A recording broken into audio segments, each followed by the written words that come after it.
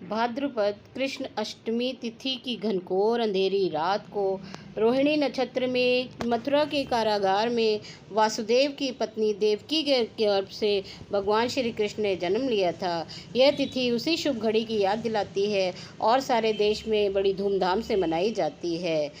द्वापर युग में भोजवंशी राजा उग्रसेन मथुरा में राज करते थे।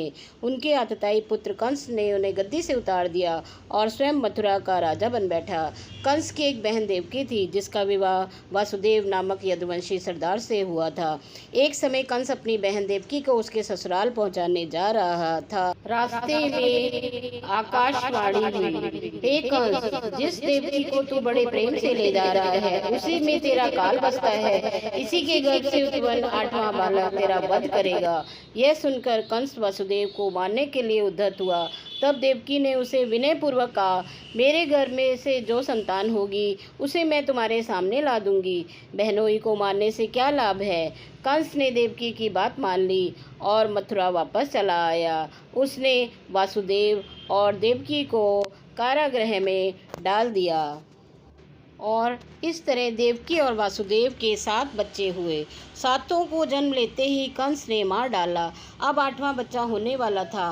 कारागृह में उन पर कड़े पहरे बैठा दिए गए। उसी समय नंद की पत्नी यशोदा को भी बच्चा होने वाला था।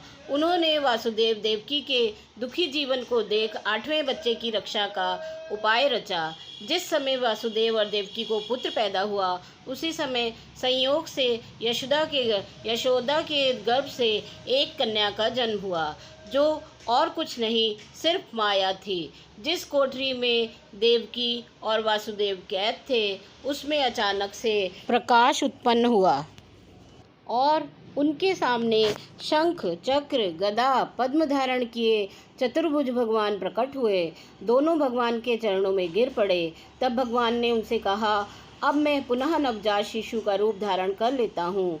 तब मुझे इसी समय अपने मित्र नंद जी के घर वृंदावन में भेज जाओ और उनके यहाँ जो कन्या जन्मी है उसे लाकर कंस के हवाले कर दो। इस समय वातावरण अनुकूल नहीं है, फिर भी तुम चिंता न करो। जागते हुए पहरेदार सो जाएंगे। कारागृह के फाटक अपने आप खुल जाएंगे।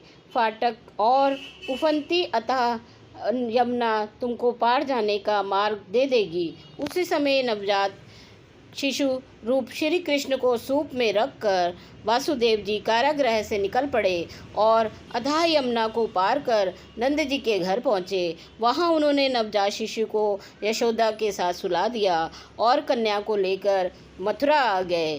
कारागृह के फाटक पूर्ववत बंद हो गए। अब कंस को सूचना मिली कि वासुदेव और देवकी को बच्चा पैदा हुआ है। उसी समय कंस ने बंदी गृह में जाकर देवकी के हाथ से नवजात कन्या को छीनकर पृथ्वी पर पटक कर देना चाहा, परंतु वह कन्या आकाश में फुर्र से उड़ गई और वहाँ से आकाशवाणी हुई, अरे मूर्ख, मुझे मारने से क्या होगा। तुझे मारने वाला तो वृंदावन में जा पहुँचा है। वह जल्द ही तुझे तेरे पापों का दंड देगा। तो भक्तों, ये थी हमारे कृष्ण जी के जन्म की कथा।